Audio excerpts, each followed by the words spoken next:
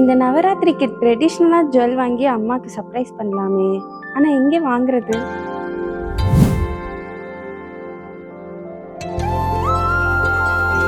ஆஹா, என்ன விஷயமா? உனக்கு ஒரு சர்ப்ரைஸ் கொண்டு வந்திருக்கேன் தங்கம். என்ன சர்ப்ரைஸ்மா? சீக்கிரம் கொடுங்க.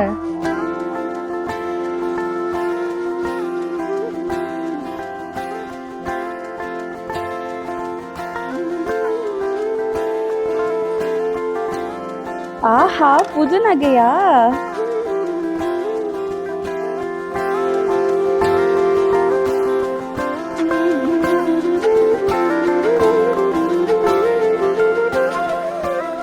ஏம்மா நவராத்திரிக்கு கோல்ட் ஜுவல் கிஃப்ட் பண்றோம்?